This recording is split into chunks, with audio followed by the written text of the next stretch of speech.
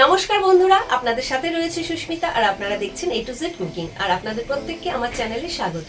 আশা করি আপনারা ভালো আছেন, সুস্থ আছেন। আজকে আমি বানাবো দই কাতলা। পুরো রেসিপিটা দেখুন, আশা রাখছি ভালো লাগবে। আর যদি ভালো লেগে থাকে একটা লাইক করতে ভুলবেন না। আর যারা নতুন বন্ধু এখনো চ্যানেলটিকে সাবস্ক্রাইব করেননি তাদের কাছে অনুরোধ রইল চ্যানেলটি সাবস্ক্রাইব করবার জন্য। পাশে থাকা বেল আইকনটিকে প্রেস করে রাখবেন, নেক্সট ভিডিও নোটিফিকেশন আপনাদের কাছে পৌঁছে যাবে। তাহলে চলুন কথা না বাড়িয়ে সরাসরি রেসিপিতে যাওয়া যাক। আমি এখানে 10 পিস কাতলা মাছ নিয়ে নিয়েছি। প্রথমে আমি মাছে নুন আর হলুদ মাখিয়ে নেব।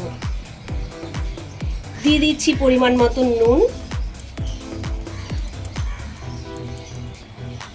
হাফ চামচ হলুদ গুঁড়ো।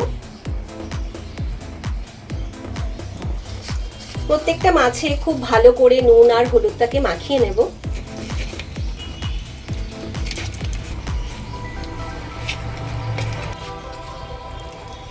আর আমার প্রত্যেকটা মাছে খুব ভালো করে নুন আর হলুদ মাখানো হয়ে গেছে।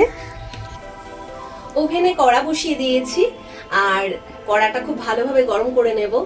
তারপর আমি তেল দিয়ে দেবো। কড়াটা খুব ভালোভাবে গরম হয়ে গেছে। এবার সর্ষের তেল দিয়ে আমি রান্নাটা করব। আর দিয়ে দিচ্ছি প্রয়োজন মতন তেল। তেলটা খুব ভালো করে গরম হয়ে গেছে। এবার আমি মাছগুলো দিয়ে দেব।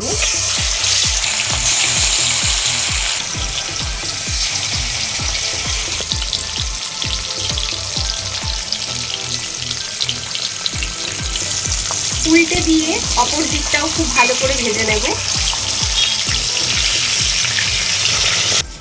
মাছগুলো লাল করে ভাজা হয়ে গেছে, এবার তুলে নেব।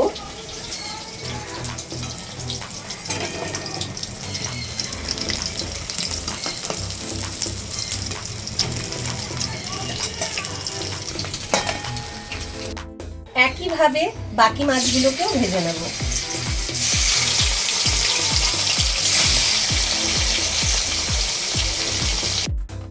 আমি একটা পেস্ট বানিয়ে নেব। আর পেস্টে দিয়ে দিচ্ছি 6টা কাঁচা লঙ্কা, 2টো ছোট সাইজের টমেটো কুচি, আর 2টো পেঁয়াজ অর্ধেক করে নিয়েছি, এটাও আমি পেস্টের মধ্যে দিয়ে দিচ্ছি। আমি একটা মিহি পেস্ট বানিয়ে নেব। পেস্টটা আমার রেডি। আমি একটা কাচের বাটিতে নিয়ে নিচ্ছি। আর 20 গ্রাম মতন আমি ভাঙা কাজু নিয়েছি। যেহেতু অল্প কাজু, আমি এখানে 4 চামচ টক দই দিয়ে এটাকে ভালো করে পেস্ট বানিয়ে নেব।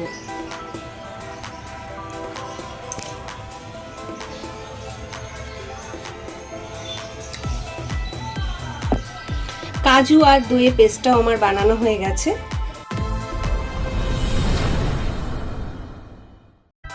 একই তেলে আমি ফোড়নে দিয়ে দিচ্ছি 3টে এলাচ, ফাটিয়ে দিচ্ছি। ফাটিয়ে না দিলে ভীষণ তেল ছিটকায়, তাই সেই কারণে ফাটিয়ে দিচ্ছি।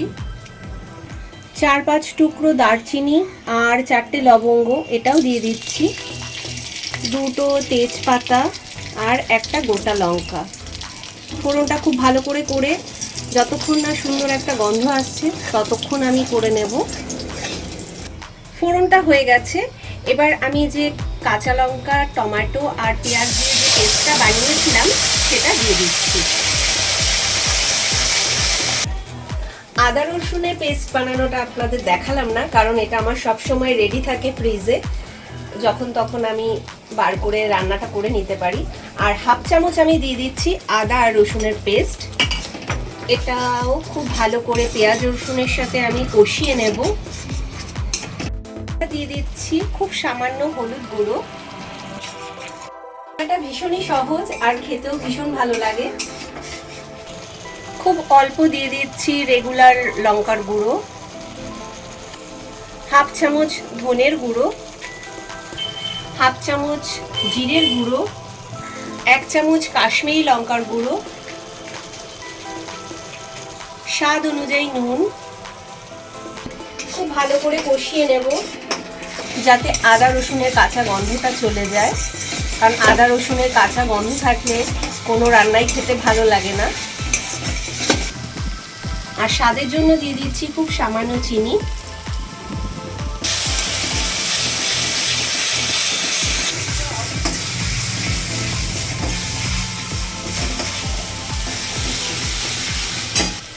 মশলাটা খুব ভালো করে কষানো হয়ে গেছে, আদা রসুনের কাঁচা গন্ধটাও চলে গেছে। এবার দিয়ে দিচ্ছি দই আর কাজু বাদামের পেস্ট। এটা দিয়েও আমি খুব ভালো করে একটু কষিয়ে নেব। খুব ভালো করে কষিয়ে নিয়েছি, প্রায় মিডিয়াম আছে 5 মিনিটের মতন। আর এবার আমি মিক্সার ধুয়ে জলটা দিয়ে দিচ্ছি, কারণ মিক্সারের গায়ে অনেক মশলা লেগেছিল। ঝোলটা ফুটে গেছে, আমি এবার ভেজে রাখা মাছগুলোকে দিয়ে দেবো।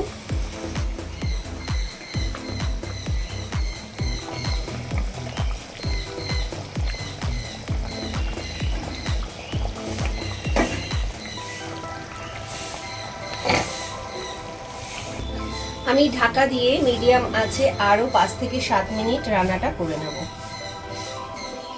প্রায় 7 মিনিট হয়ে গেছে, এবার আমি ঢাকাটা তুলে একটু দেখে নেব।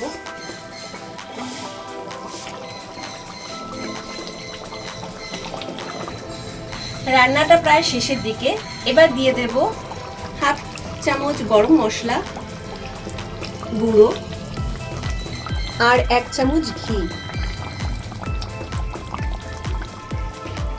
খুব ভালো করে মিশিয়ে আমি গ্যাসটাকে অফ করে দেব। গ্যাসটা অফ করে দিয়ে আমি ঢাকা দিয়ে 5 মিনিট রান্নাটাকে রেস্টে রেখে দেব।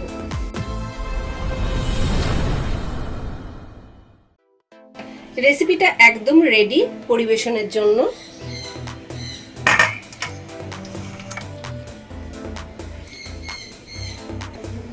আশা করি আপনাদের রেসিপিটা ভালো লেগেছে। যদি ভালো লেগে থাকে রোজকার মতন একটাই কথা বলবো, একটা লাইক করে দেবেন। আর যারা নতুন বন্ধু এখনো চ্যানেলটিকে সাবস্ক্রাইব করেননি তারা সাবস্ক্রাইব করে দেবেন, আর পাশে থাকা বেল আইকনটিকে প্রেস করে রাখবেন। তাহলে চলুন কথা না বাড়িয়ে আজকের মতন শেষ করলাম। পরের দিন দেখা হবে আবার নতুন কোনো রেসিপি নিয়ে। আপনারা ভালো থাকবেন, সুস্থ থাকবেন, সবাইকে ভালো রাখবেন। জয় শ্রীকৃষ্ণ।